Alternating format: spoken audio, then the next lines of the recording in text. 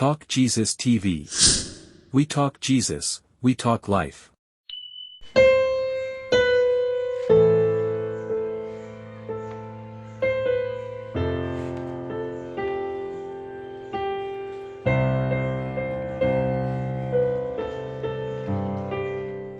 What's up guys, shalom, I hope mumeze neza cyane.